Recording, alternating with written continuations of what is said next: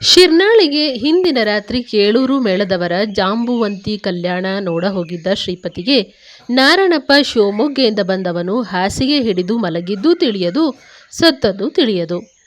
ತಿಳಿದಿದ್ದರೆ ಅಗ್ರಹಾರದಲ್ಲೆಲ್ಲ ಗುಪ್ತವಾಗಿ ತನಗೆ ಆಪ್ತನಾದ ಗೆಳೆಯನೊಬ್ಬನ ಸಾವಿನಿಂದಾಗಿ ಅವನಿಗೆ ವ್ಯಥೆಯಾಗುತ್ತಿತ್ತು.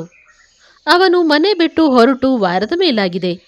ಕೇಳೂರು ಮೇಳದ ಭಾಗವತನ ಸ್ನೇಹ ಮಾಡಿ ಅವನು ಬಿಡಾರ ಬಿಟ್ಟಲ್ಲಿ ಆಟದವರ ಜೊತೆ ತಂಗಿ ಊಟ ಮಾಡಿ ರಾತ್ರಿ ಆಟ ನೋಡಿ ಹಗಲು ನಿದ್ದೆ ಮಾಡಿ ಬಿಡುವಿನಲ್ಲಿ ಅಕ್ಕಪಕ್ಕದ ಹಳ್ಳಿಯ ಜನರಲ್ಲಿಗೆ ಹೋಗಿ ಮೇಳದವರಿಗೆ ವೀಳ್ಯ ಕೊಟ್ಟು ಸ್ವಾಗತಿಸುವಂತೆ ಪ್ರಚಾರ ಮಾಡಿ ಸರಸ ಕುಶಲ ಸಂಭಾಷಣೆಯಲ್ಲಿ ಲೋಕವನ್ನು ಒಂದು ವಾರ ಮರೆತಿದ್ದು ಇವತ್ತು ರಾತ್ರಿ ಕೈಯಲ್ಲಿ ಬ್ಯಾಟರಿ ಹಿಡಿದು ಕಾಡಿನ ಕತ್ತಲಲ್ಲಿ ತನ್ನ ಧೈರ್ಯಕ್ಕಾಗಿ ಗಟ್ಟಿಯಾಗಿ ಒಂದು ಪದ ಹೇಳುತ್ತಾ ಬರುತ್ತಿದ್ದಾನೆ.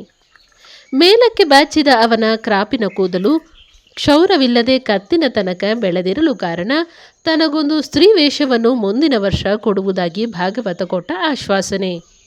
ಎಷ್ಟೆಂದರೂ ಪ್ರಾಣೇಶಾಚಾರ್ಯರು ತಿದ್ದಿದ ನಾಲಿಗೆ ತಾನೇ.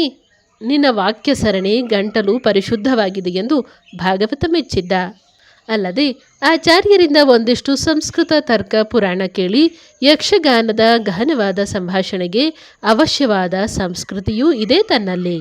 ಮೇಳದಲ್ಲೊಂದು ಪಾರ್ಟು ಸಿಕ್ಕಿದ ಮೇಲೆ ಬೊಜ್ಜದ ಒಡೆ, ಬೊಜ್ಜದ ಪಾಯಸ, ಹಲಸಿನ ಹಣ್ಣಿನ ಮೊಳಕಕ್ಕೆಂದು ಬದುಕುವ ಬ್ರಾಹ್ಮಣರ ಕೊಂಪೆಯಿಂದ ಪಾರಾಗಬಹುದು ಎಂದು ಶ್ರೀಪತಿಗೆ ಹರ್ಷ ತುಂಬಿ ಕತ್ತಲೆಯಲ್ಲಿ ಕಾಡಿನಲ್ಲಿ ಭಯವಾಗುತ್ತಿಲ್ಲ. ಅಲ್ಲದೆ ಪೂಜಾರಿ ಶೀನನ ಗುಡಿಸಿಲಿನಲ್ಲಿ ಕುಡಿದಿದ್ದ ಹೆಂಡ ಹಿತವಾಗಿ ತಲೆಗೆ ಏರಿ ಕಾಡಿನ ಗಾಢವಾದ ಮೌನ ಅವನಲ್ಲಿ ನಡುಕ ಹುಟ್ಟಿಸುತ್ತಿಲ್ಲ. 2 ಸೀಸೆ ಹೆಂಡ ಒತ್ತಿದೊಡನೆ ಬೆಳಕು ಚೆಲ್ಲುವ ಹಳ್ಳಿಯ ಜನರಿಗೆ ಪರಮಾಶ್ಚರ್ಯ ವಸ್ತುವಾದ ಬ್ಯಾಟರಿ ಹೀಗೆ ಸಶಸ್ತ್ರನಾಗಿ ಹೊರಟ ಮೇಲೆ ದೆವ್ವವೆಲ್ಲಿ, ಭೂತವೆಲ್ಲಿ? ದೂರ್ವಾಸಪುರ ಹತ್ತಿರವಾದಂತೆ ಅವನ ಮೈ ತನಗೆ ಕಾದಿರುವ ಸುಖದ ಕಲ್ಪನೆಯಿಂದ ಬೆಚ್ಚಗಾಯಿತು.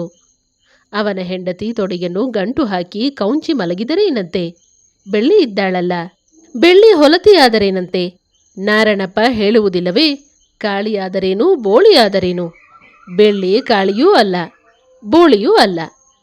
ಬಚ್ಚಗಲ್ಲದ ಬತ್ತಿದ ಮೊಲೆಯ ಬೇಳೆ ಹುಳಿ ವಾಸನೆ ಬರುವ ಬಾಯಿಯ ಯಾವ ಬ್ರಾಹ್ಮಣ ಹುಡುಗಿ ಅವಳಿಗೆ ಸಮ? ಕೈಗೆ ತೊಡೆಗೆ ಭರ್ತಿಯಾಗಿ ಸಿಗುವ ಮರಳಿನಲ್ಲಿ ಮಣ್ಣಿನಲ್ಲಿ ಎಣೆಯಾಡುವ ಹಾವಿನಂತೆ ತನ್ನ ಜೊತೆ ಹೊರಳುವ ಬೆಳ್ಳಿಗೇನು ಕೊರತೆ? ಇಷ್ಟು ಹೊತ್ತಿಗೆ ಅವಳು ಗುಡಿಸಲಿನ ಎದುರು ಮಡಕೆಯಲ್ಲಿ ಕಾಯಿಸಿದ ಬಿಸಿ ನೀರು ಸ್ನಾನ ಮಾಡಿ ಅವಳಪ್ಪ ತಂದ ಹುಳಿ ಹೆಂಡವನ್ನಷ್ಟು ಕುಡಿದು ಬೆಚ್ಚಗೆ ಹದವಾಗಿರುತ್ತಾಳೆ. ಶ್ರುತಿ ಮಾಡಿದ ಮೃದಂಗದಂತೆ. ಅಚ್ಚ ಕಪ್ಪೂ ಅಲ್ಲ, ಬಿಳುಚಿದ ಬಿಳಿಯೂ ಅಲ್ಲ. ಬೀಜಕ್ಕೆ ಫಲವತ್ತಾದ ಎಳೆ ಬಿಸಿಲಿನಲ್ಲಿ ಕಾದ ಮಣ್ಣಿನ ಬಣ್ಣ ಅವಳ ಮೈ. ಶ್ರೀಪತಿಯ ನಡೆಯುವ ಹೆಜ್ಜೆ ನಿಲ್ಲುತ್ತದೆ. ಖುಷಿಗೆ ಬ್ಯಾಟರಿಯೊತ್ತಿ ಬೆಳಕು ಮಾಡಿ ಆರಿಸುತ್ತಾನೆ.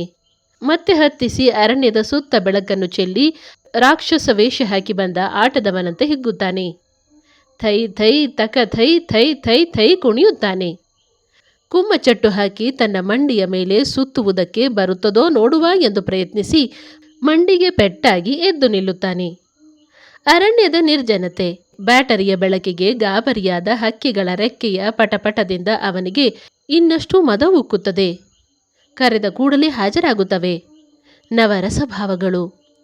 ಕೋಪವೇ, ಭೀಭತ್ಸವೇ, ರೌದ್ರವೇ, ಭಕ್ತಿಯೇ, ಶೃಂಗಾರವೇ ಒಂದರಿಂದೊಂದಕ್ಕೆ ಸಲೀಸಾಗಿ ಜಾರುತ್ತದೆ ಅವನ ಕಲ್ಪನೆ. ಈಗ ಲಕ್ಷ್ಮೀದೇವಿ ನಸುಕಿನಲ್ಲೆದ್ದು ಯಕ್ಷಗಾನದ ಧಾಟಿಯಲ್ಲಿ ಉದಯರಾಗದ ಕೀರ್ತನೆಯನ್ನು ಶೇಷಶಾಯಿಗೆ ಹಾಡುತ್ತಿದ್ದಾಳೆ. ಏಳು ನಾರಾಯಣನೇ, ಏಳು ಲಕ್ಷ್ಮೀ ರಮಣ, ಏಳಯ್ಯ ಬೆಳಗಾಯಿತು. ಏಳು ನಾರಾಯಣನೇ, ಏಳು ಲಕ್ಷ್ಮೀ ರಮಣ, ಏಳಯ್ಯ ಬೆಳಗಾಯಿತು. ಶ್ರೀಪತಿಯ ಕಣ್ಣಿನಲ್ಲಿ ನೀರೇ ಬಂದು ಬಿಡುತ್ತದೆ. ಗರುಡ ಬಂದು ಎಬ್ಬಿಸುತ್ತಾನೆ. ಏಳು ನಾರಾಯಣನೇ. ನಾರದ ಬಂದು ತಂಬೂರಿ ಬಾರಿಸುತ್ತಾ ಎಬ್ಬಿಸುತ್ತಾನೆ. ಏಳು ಲಕ್ಷ್ಮೀ ರಮಣ. ಸಮಸ್ತ ಪಶು ಪಕ್ಷಿಗಳು, ವಾನರ, ಕಿನ್ನರ, ಯಕ್ಷ, ಗಂಧರ್ವಾದಿಗಳು ಬೇಡಿಕೊಳ್ಳುತ್ತಾರೆ. ಏಳಯ್ಯ ಬೆಳಗಾಯಿತು. ಶ್ರೀಪತಿ ಮತ್ತೆ ಲಾಸ್ಯದಲ್ಲಿ ಉಟ್ಟ ಪಂಚೆಯನ್ನು ಸೀರೆಯಂತೆ ಹಿಡಿದು ಕೈಯಾಡಿಸಿ ಕತ್ತು ಕೊಂಕಿಸಿ ಕುಣಿದ. ಶೀನನ ಹೆಂಡ ಏರೇ ಬಿಟ್ಟಿತಲ್ಲ. ನಾರಣಪ್ಪನಲ್ಲಿಗೆ ಹೋಗಿ ಇನ್ನಷ್ಟು ಏರಿಸಿ ಬಿಡಬೇಕೆಂದುಕೊಂಡ.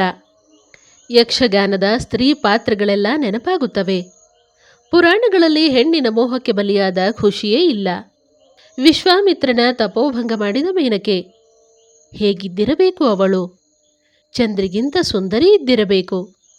ಯಾರ ಕಣ್ಣಿಗೂ ಹರಕು ತುಂಡುಟ್ಟು ಗೊಬ್ಬರ ಎತ್ತಲು ಬರುವ ಬೆಳ್ಳಿಯ ರೂಪು ಬೀಳದಿದ್ದುದು ಪರಮಾಶ್ಚರ್ಯ. ಅದರಲ್ಲಿ ಆಶ್ಚರ್ಯವೂ ಇಲ್ಲ ಎನ್ನಿ. ಬ್ರಾಹ್ಮಣಾರ್ಥದ ಗೊಡ್ಡುಗಳ ಕಣ್ಣಿಗೆ ಏನು ತಾನೇ ಕಂಡಿತು? ಸಾರಿ ಸಾರಿ ಮಕ್ಕಳಿಗೆನ್ನುವಂತೆ ಪ್ರಾಣೇಶಾಚಾರ್ಯರು ವಿವರಿಸುತ್ತಾರೆ. ವೇದವ್ಯಾಸರು ಎಷ್ಟು ಪುಳಕಿತರಾಗಿರಬೇಕು.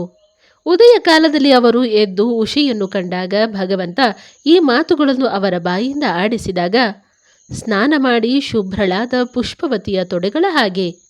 ಆಹಾ, ಎಂಥ ಧೀರ ಕಲ್ಪನೆ, ಸುಂದರ ಉಪಮೆ. ಆದರೆ ಬ್ರಾಹ್ಮಣರಿಗೆ ಅದು ಬರಿಯ ಮಂತ್ರ, ಉದ್ಯೋಗಕ್ಕೊಂದು ಮಾರ್ಗ.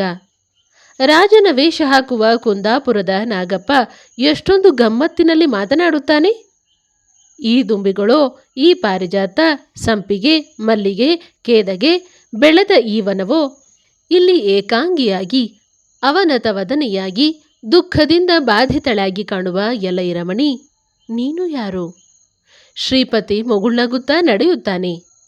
ಅಗ್ರಹಾರದಲ್ಲೆಲ್ಲ ಸೌಂದರ್ಯವನ್ನು ಕಾಣುವ ಕಣ್ಣಿರುವುದೆಂದರೆ ಇಬ್ಬರಿಗೆ ಮಾತ್ರ, ನಾರಣಪ್ಪನಿಗೆ, ಚಂದ್ರಿಗೆ.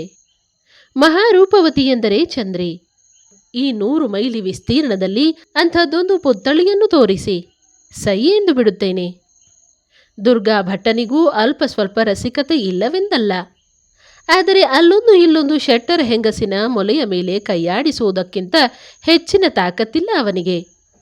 ಹಾಗೆ ನೋಡಿದರೆ ನಿಜವಾದ ರಸಿಕರೆಂದರೆ ಪ್ರಾಣೇಶಾಚಾರ್ಯರು. 1000ಕ್ಕೊಂದು ಜನ ಅಂಥವರು.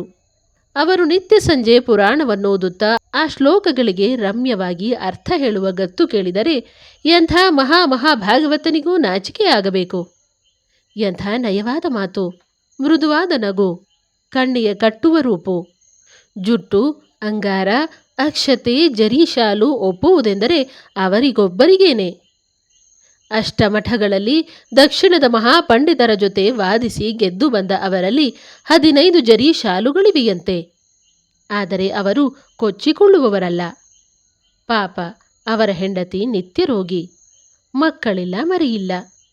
ಅಷ್ಟೊಂದು ರಮ್ಯವಾಗಿ ಕಾಳಿದಾಸನ ಸ್ತ್ರೀ ವರ್ಣನೆಗಳನ್ನು ವಿವರಿಸುತ್ತಾರಲ್ಲ, ಅವರಿಗೆ ಸ್ವತಃ ಆಸೆಯಾಗುವುದಿಲ್ಲವೇ? ತಾನು ಪ್ರಥಮ ಬಾರಿಗೆ ಹೊಳೆಗೆ ನೀರಿಗೆಂದು ಬಂದಿದ್ದ ಬೆಳ್ಳಿಯನ್ನು ಸಂಭೋಗಿಸಿದ್ದು ಆಚಾರ್ಯರು ಓದಿದ ಶಾಕುಂತಲ ಕೇಳಿ ತಡೆಯಲಾರದೆ ಎದ್ದು ಹೋದೆ. ಮಡಕೆಯಲ್ಲಿ ನೀರು ತುಂಬಿ ತಲೆಯ ಮೇಲೆ ಹೊತ್ತು ಉಟ್ಟ ತುಂಡಿನ ಸೆರಗು ಜಾರಿ ಬೆಳದಿಂಗಳಿನಲ್ಲಿ ಮಣ್ಣಿನ ಬಣ್ಣದ ಮೊಲೆಗಳನ್ನು ಕುಣಿಸುತ್ತಾ ಹೆಜ್ಜೆ ಹಾಕಿದವಳು ಶಕುಂತಲೆಯಂತೆ ಕಂಡಳು. ಆಚಾರ್ಯರ ವರ್ಣನೆಯನ್ನು ಖುದ್ದು ಆಸ್ವಾದಿಸಿದ್ದಾಯಿತು. ಶ್ರೀಪತಿ ಒಳದಾರಿಯಿಂದ ಸೀದಾ ಗುಡ್ಡದ ಮೇಲಿದ್ದ ಹೊಲೆಯರ ಗುಡ್ಡಗಳ ಕಡೆ ನಡೆದ. ಅಮಾಸೆ ಎದುರಿನ ಕಡುಕಪ್ಪು ರಾತ್ರಿಯಲ್ಲಿ ಒಂದು ಗುಡಿಗೆ ಬೆಂಕಿ ಹತ್ತಿ ಉರಿಯೋದು ಕಂಡಿತು. ಅದರ ಬೆಳಕಿನ ಆವೃತ್ತದಲ್ಲಿ ಮಸಿ ಮಸಿ ರೂಪಗಳು. ದೂರದಲ್ಲಿ ನಿಂತು ನೋಡಿದ, ಆಲಿಸಿದ. ಯಾರೂ ಗುಡಿಗೆ ಹತ್ತಿದ ಬೆಂಕಿಯನ್ನು ಆರಿಸುವ ಯತ್ನದಲ್ಲಿದ್ದಂತೆ ಕಾಣಿಸಲಿಲ್ಲ. ಆಶ್ಚರ್ಯಪಟ್ಟು ಒಂದು ಮೊಟ್ಟಿನ ಸಂಧಿ ನಿಂತು ಕಾದ.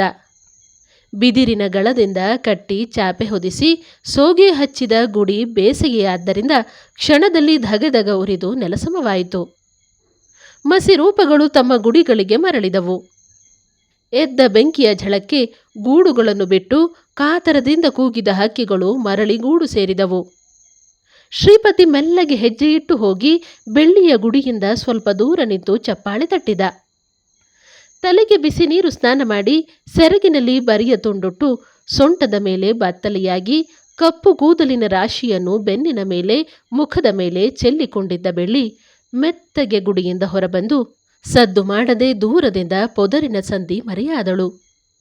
ಅವಳು ಮರೆಯಾಗುವವರೆಗೆ ಮರವೊಂದರ ಹಿಂದೆ ನಿಂತು ಕಾದ ಶ್ರೀಪತಿ ಅತ್ತ ಇತ್ತ ಕಣ್ಣು ಹರಿಸಿ ನೋಡಿ ಯಾರೂ ಸುಳಿದಾಡುತ್ತಿಲ್ಲವೆಂದು ಖಚಿತ ಮಾಡಿಕೊಂಡು ಬೆಳ್ಳಿ ಅಡಗಿದ ಮೊಟ್ಟಿಗೆ ಹೋಗಿ ಬ್ಯಾಟರಿ ಹಾಕಿ ಆರಿಸಿ ಅವಳನ್ನು ತಬ್ಬಿ ಆತುರದಿಂದ ಉಸಿರಾಡಿದ.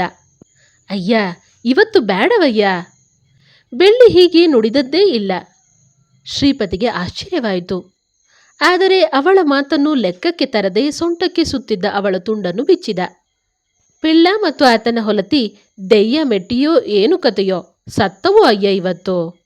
ಶ್ರೀಪತಿಗೆ ಈಗ ಮಾತು ಬೇಡ. ದುಂಡಗೆ ನಿಂತಿದ್ದವಳನ್ನು ನೆಲಕ್ಕೆಳೆದ. ಎರಡೂ ಸತ್ತು ಬಿಟ್ಟವೆಂದು ಶವನ್ನ ಅಲ್ಲೇ ಬಿಟ್ಟು ಗುಡಿಗೆ ಬೆಂಕಿ ಕೊಟ್ಟು ಬಿಟ್ಟವು. ಜರ ಬಂದು ಸತ್ತವು. ಮುಚ್ಚಿದ್ದ ಕಣ್ಣು ಬಿಚ್ಚಲಿಲ್ಲ. ಶ್ರೀಪತಿಗೆ ಅಸಹನೆ. ಏನೋ ಆಡುತ್ತಿದ್ದಾಳೆ, ಎಲ್ಲಿಯೋ ಇದ್ದಾಳೆ. ಅಷ್ಟೊಂದು ಕಾತರಿಸಿ ಬಂದರೆ ಯಾರೋ ಸತ್ತವೆಂದು ಹರಟುತ್ತಿದ್ದಾಳೆ. ಈ ಸಮಯ ಹೀಗೆ ಮಾತನಾಡುವವಳೇ ಅಲ್ಲ ಅವಳು. ಬೀಳುವ ಮಳೆಗೆ ಬಾಗುವ ಪೈರಿನಂತೆ ಇವಳು. ಬೆಳ್ಳಿ ತುಂಡುಟ್ಟುಕೊಳ್ಳುತ್ತಾ, ಅಯ್ಯ, ಒಂದು ವಿಷಯ. ಅಂಥದ್ದೊಂದು ಆಶ್ಚರ್ಯ ನಾ ಕಂಡೇ ಇಲ್ಲ. ನಮ್ಮ ಗುಡಿಗೆ ಏನುಣ್ಣಕ್ಕಿರುತ್ತೆ ಅಂತ ಇಳಿ ಹೆಗ್ಗಣ ಬರಬೇಕು? ಬ್ರಾಹ್ಮರ ಮನೆಯಲ್ಲಿ ಇದ್ದ ಹಾಗೇನೂ ನಮ್ಮ ಗುಡಿ ಈಗ ನೆಂಟರ ಹಾಗೆ ಬಂದು ನೆಲಸಲಿಕ್ಕೆ ಹತ್ತಾವೆ. ಸೂರಿನಿಂದ ತಪತಪ ಉದುರಿ ಗಿರಗಿರ ಸುತ್ತಿ ಸಾಯಕ್ಕೆ ಹತ್ತಾವೆ. ಬೆಂಕಿ ಬಿದ್ದ ಗುಡಿಯಿಂದ ಪ್ರಾಣ ಹಿಡಿದು ಓಡೋರಂಗೆ ಕಾಡು ಬಿದ್ದು ಓಡಲಿಕ್ಕೆ ಹತ್ತಾವೆ. ಇಂಥ ಪಾಡು ನಾ ಕಂಡಿಲ್ಲ. ದಯ್ಯದವನನ್ನ ಗಣ ಬರಿಸಿ ಕ್ಯಾಳಬೇಕು. ಹೊಲೆಯರ ಗುಡಿಗೆ ಇಳಿ ಬರೋದೇನು? ಹೊಲೆಯ ಕಟ್ಟಿಗೆ ಮುರಿದಂತೆ ಲಕ್ಕ ಸಾಯೋದುಂದ್ರೇನು? ಕ್ಯಾಳ್ಬಾಕು.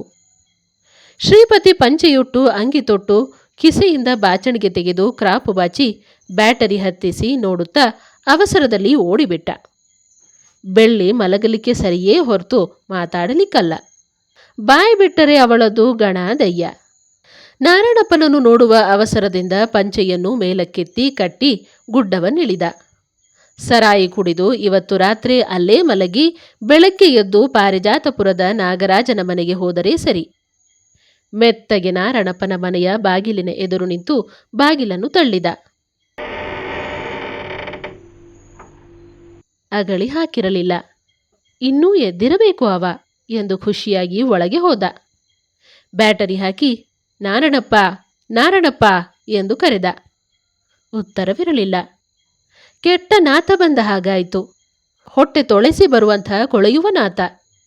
ಉಪ್ಪರಿಗೆ ಹತ್ತಿ ಬಾಗಿಲು ತಟ್ಟಿ ನೋಡುವುದೆಂದು ಕತ್ತಲಿನಲ್ಲೇ ತನಗೆ ಪರಿಚಿತವಾದ ಮೆಟ್ಟಿಲುಗಳ ಕಡೆ ನಡೆದ. ಮೂಲೆ ತಿರುಗುವಲ್ಲಿ ಬರಿಗಾಲಿನಲ್ಲಿ ಮೆತ್ತಗೆ ತಣ್ಣಗೆ ಇದ್ದುದೊಂದನ್ನು ಪಿಚಕ್ಕನೆ ತುಳಿದಂತಾಗಿ ಹೌಹಾರಿ ಬ್ಯಾಟರಿ ಹಾಕಿ ನೋಡಿದ. ಇಶಿ, ಇಲಿ! ಕಾಲು ಮೇಲೆ ಮಾಡಿ ಅಂಗಾತನೇ ಸತ್ತು ಬಿದ್ದ ಇಲಿ. ಅದರ ಮೇಲೆ ಕೂತ ನೊಣ ಬ್ಯಾಟರಿ ಬೆಳಕಿಗೆ ಗುಯ್ಯಿ ಎಂದು ಎದ್ದವು. ದಿಡಿದಿಡಿ ಮೆಟ್ಟಿಲು ಹತ್ತಿ ಉಪ್ಪರಿಗೆಗೆ ಹೋಗಿ ಬ್ಯಾಟರಿ ಹಾಕಿದ. ನೆಲದ ಮೇಲೆ ಯಾಕೆ ಹೀಗೆ ಮುಸುಕೆಳೆದು ನಾರಾಯಣಪ್ಪ ಮಲಗಿದ್ದಾನೆ? ಮೂಗಿನ ಮಟ್ಟ ಹಾಕೊಂಡಿರಬೇಕೆಂದು ನಸುನಗುತ್ತಾ ಮುಸುಕೆಳೆದು ನಾರಾಯಣಪ್ಪ, ನಾರಾಯಣಪ್ಪ ಎಂದು ಅಲುಗಿಸಿದ. ಮತ್ತೆ ಇಲಿಯನ್ನು ತುಳಿದಾಗಿನಂತೆ ತಣ್ಣಗಿನ ಸ್ಪರ್ಶವಾಗಿ ಸಟ್ಟನೆ ಕೈಯೆಳೆದುಕೊಂಡು ಬ್ಯಾಟರಿ ಹತ್ತಿಸಿದ. ಮೇಲಕ್ಕೆ ಸಿಕ್ಕಿದ ದೃಷ್ಟಿಯಿಲ್ಲದ ರೆಪ್ಪೆ ತೆರೆದ ಕಣ್ಣುಗಳು.